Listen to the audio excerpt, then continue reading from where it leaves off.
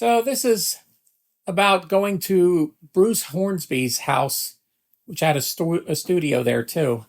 Um, I was talking to In Your Ear. It's a recording studio in Richmond, Virginia, and I had taken them down a Digital Dynamics hard disk recorder, and this was just before Pro Tools was happening, and it was called the 464, and what that meant was it 4 tracks, and you could expand it out to 64 tracks, and it was a very cool system. But four tracks, it was $30,000, so it was expensive.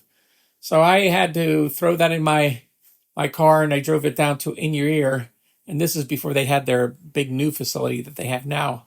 They were in a part of Richmond. And I think they were in a bank, and the studio was in a bank vault. It was very, very cool. But by being there, I met Wayne Pooly, and Wayne Pooly is the engineer for Bruce Hornsby, and we became friends talking and that. And then after I did the demo and took that system down there, he was telling me about their Pro Tool system at Bruce's house that wasn't working properly. So I made a special trip, and he's in Williamsburg, Virginia. And what you do is you go in, and it's a golf course. You drive through this golf course, and then it has a private a security gate, and it opens up, and you go through that, and then you go through this other wooded area, which is really beautiful, and another private security gate, and it opens that, and then you go down, and you see this huge house, and it looks like that mansion from Gone with the Wind. Just gigantic, big white house. And to the left, there's this huge garage, and it has a big a painting on the outside of the garage, and that's the studio. So I went in there, and we looked at the Pro Tools, and this is early on with Pro Tools in the 90s. And it just wasn't working right.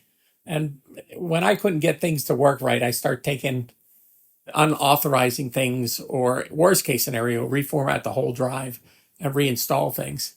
And to make a long story short, I was there for 14 hours because I had to reformat everything, put everything back in, because it was just such a disaster. It just wouldn't work right.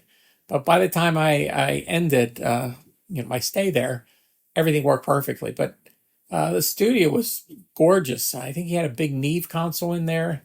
And then he had, in his ISO booth, these huge grand pianos, two of them.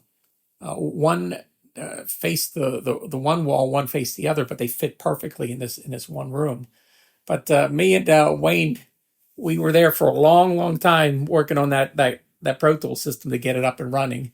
But in the early days, things would go wrong, and you really need to know what you were doing to make everything right. But I was there a long time, got it up and running, and by the time I left, he was happy. And like I said, he was Bruce's engineer, so everything was fine.